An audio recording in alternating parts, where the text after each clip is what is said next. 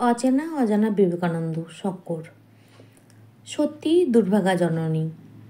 3 পুত্রই ভুবনেশ্বরীকে আমৃত্যু অশেষ বেদনা দিয়েছেন।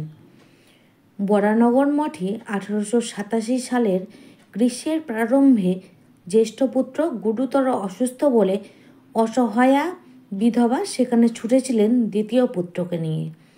কিন্তু নরেন্দ্রী তখন নিয়ম করে দিয়েছে মঠে মেয়েদের প্রবেশ নিষেধ। মাকে অচমকা ঢুকতে দেখে তার কথা, আমি নিয়ম করলুম আর আমার বেলায় নিয়ম রদুরো। পরিব্রাজক বিবেকানন্দের কোনো খবরাখবর প্রায়ই থাকতো না। মাকে লেখা স্বামীজির কোনো চিঠি কারো সংগ্রহে নেই। 1891 সালে বৈশাখ মাসে রবিবারের এক সকালে ভুবনেশ্বরের কাছে চিঠি এলো যে কন্যা যোগীন্দ্রবালা সিমলা পাহাড়ে আত্মহত্যা করেছে। তখন তার বয়স 25। শোকার্ত মনে ভ্রাতা মহেন্দ্রনাথ চললেন বরানগর মঠে খবর দিতে। যোগেন মহারাজ, বাবুরাম মহারাজ ও গিরিশচন্দ্র ঘোষ সিদ্ধান্ত করলেন স্বামী শারদানন্দের কাছে টেলিগ্রাফ করবেন, তিনি যাতে নরেনকে ফেরত পাঠিয়ে দিতে পারেন, কারণ ভুবনেশ্বরী তখন অত্যন্ত শোকার্ত। হাওড়া স্টেশনে গিয়ে শরৎ মহারাজের নামে টেলিগ্রাম করা হলো। রামতনু বসু লেনে ভুবনেশ্বরী তখন অত্যন্ত শোকার্ত হয়ে কাঁদছেন। বাবুরাম মহারাজ নিজেও শোকার্ত হয়ে বসে রইলেন, আর যোগেন মহারাজ জননীকে সান্ত্বনা দিতে লাগলেন। রাত 9টার সময় সন্ন্যাসীরা বাগবাজারে ফিরে গেলেন। যোগীন্দ্রবালার আত্মহত্যা সংবাদ শারদানন্দ মারফত বিবেকানন্দের কাছে আলমোড়ায় পৌঁছেছিল। তিনি প্রবল দুঃখও পেয়েছিলেন, কিন্তু সংসারের সঙ্গে সকল সম্পর্ক ছিন্ন করার জন্য সন্ন্যাসী বিবেকানন্দর সে কি বেদনাময় সংগ্রাম। মহেন্দ্রনাথের বর্ণনায়, টেলিগ্রামের মর্মার্থ শুনে শুরু হলো বুকের মধ্যে দড়ি টানাটানি। শেষে সন্ন্যাসীর জয় হলো। শারদানন্দকে ক্রন্দনরত সন্ন্যাসী বললেন, তোরাই বাংলাদেশের সঙ্গে সম্পর্ক রেখে চিঠি দিয়ে এত গোলমাল বাঁধাস। আমাকে সব সময় তুই বিরক্ত করিস। আমি জগতের সঙ্গে সম্পর্ক রাখতে চাই না, তুই কেবল সকলের সঙ্গে সম্পর্ক রাখবি। আত্মহত্যার বংশ। বলরামবাবুর বাড়িতে যোগেন মহারাজকে স্বামীজি একবার বলেছিলেন, আমাদের এত বুদ্ধি মেধা কেন জানিস? আমরা যে সুইসাইডের বংশ। আমাদের বংশে অনেকগুলো আত্মহত্যা করেছে। আমাদের পাগলাটে ধাত হিসেব নিকেশের ধার ধারে না। যা করবার তা একটা করে দিলুম, লাগে তাক না লাগে তুক। দত্তদের মেধা প্রসঙ্গে আরও একটি সরস ব্যাখ্যা আছে। মেজ ভাই মহেন্দ্রনাথকে নিরঞ্জন মহারাজ একবার বলেন, নরেনের এত বুদ্ধি কেন জানিস? নরেন খুব গুরুক ফুঁকতে পারে। আরে গুরুক না টানলে কি বুদ্ধি বেরোয়? তামাক খেতে শোক, নরেনের মতন মাথা খুলে যাবে। বনের আত্মহননের শোক সামলে নিয়ে আবার সব যোগাযোগ ছিন্ন করে অধিকতর দুর্গম গিরিগহ্বরে আশ্রয় নেবার জন্য সন্ন্যাসী বিবেকানন্দ আচমকা পথে বেরিয়ে পড়েছিলেন।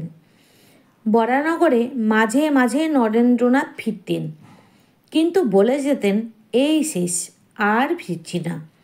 1891 থেকে তার একাকী ভ্রমণ। গুরু ভ্রাতাদের সঙ্গেও তিনি সম্পর্ক ত্যাগ করেন। কিন্তু বিবেকানন্দ কি সত্যিই গর্ভধারিণীকে নিষ্ঠুরভাবে মন থেকে মুছে ফেলতে চেয়েছিলেন? না, পেরেছিলেন। সবচেয়ে আশ্চর্য, বিবেকানন্দের 550 বেশি চিঠি আমাদের সামনে রয়েছে, কিন্তু একখানা চিঠিও নেই মাকে লেখা।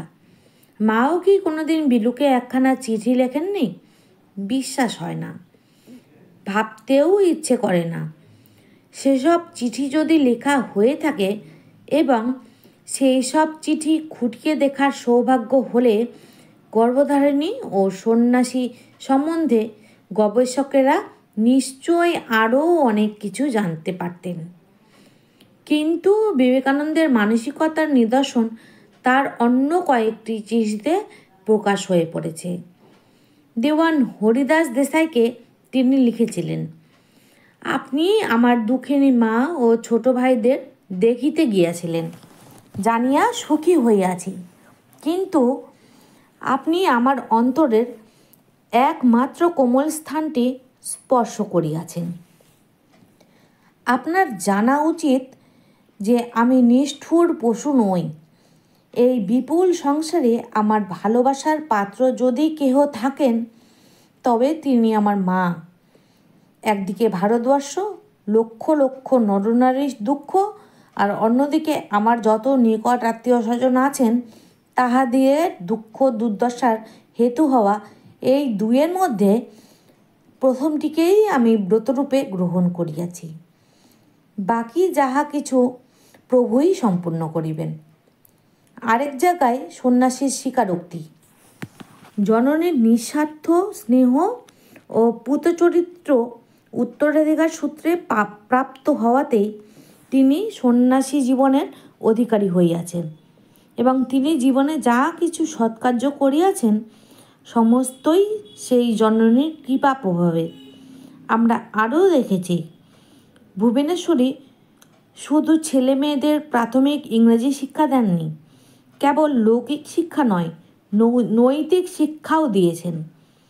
গর্ভধারিণীর মতে সংসার সমুদ্রের নানা আবর্তে পড়ে নৈতিক জীবনকে অবহেলা করা অত্যন্ত দূষণীয়।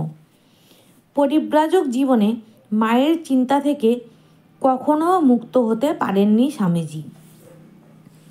মাদ্রাজে যখন মন্মথবাবুর বাড়িতে ছিলুম তখন একদিন স্বপ্ন দেখলুম মা মারা গেছেন। মনটা ভারী খারাপ হয়ে গেল। তখন মঠেও বড় একটা চিঠিপত্র লিখতুম না, তা বাড়িতে লেখা তো দূরের কথা। মন্মথবাবুকে স্বপ্নের কথা বলায় তিনি তখনই ওই বিষয়ের সংবাদের জন্য কলকাতায় তার করলেন। মাদ্রাজের বন্ধুগণ তখন আমার আমেরিকায় যাওয়ার জোগাড় করা তার লাগাচ্ছিল, কিন্তু মায়ের কুশল সংবাদটা না পেয়ে যেতে ইচ্ছা করছিল না। আমার ভাব বুঝে মন্মথবাবু বললেন, শহরের কিছু দূরে একজন পিশাচ সিদ্ধ লোক বসবাস করে। সে জীবের শুভাশুভ, ভূত ভবিষ্যৎ সব খবর দিতে পারে। পিশাচ সিদ্ধ মায়ের মঙ্গল সমাচার বললে।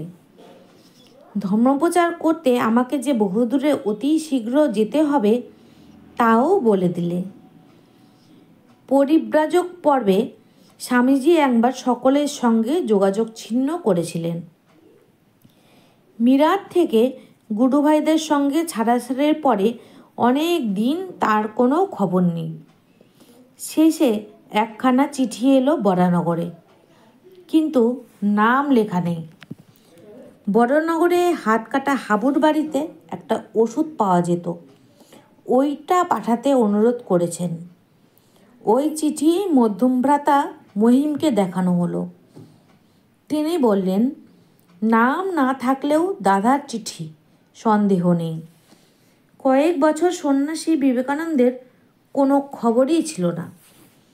কেবলমাত্র জয়পুর থেকে একখানা চিঠি এসেছিল, তাতেও নাম লেখা নেই। পরে ক্ষেত্রীর রাজা অজিত সিং চিঠি দিতে লাগলেন। চিঠি বন্ধের আগে যে কয়েকখানি চিঠি এসেছিল তাতে স্বামীজির মনের ভাব যে অতি বিষণ্ণ তার প্রকাশ ছিল। মহিমবাবু উল্লেখিত স্বামীজির একটি চিঠি বড়ই হৃদয়গ্রাহী। ভগবান তো পেলাম না, অনেক চেষ্টা করলাম, তাতেও কিছু বুঝতে পারলাম না। এতে বুকের ভালোবাসাটা বেড়ে গেছে, সকলের ওপর একটা ভালোবাসা এসেছে।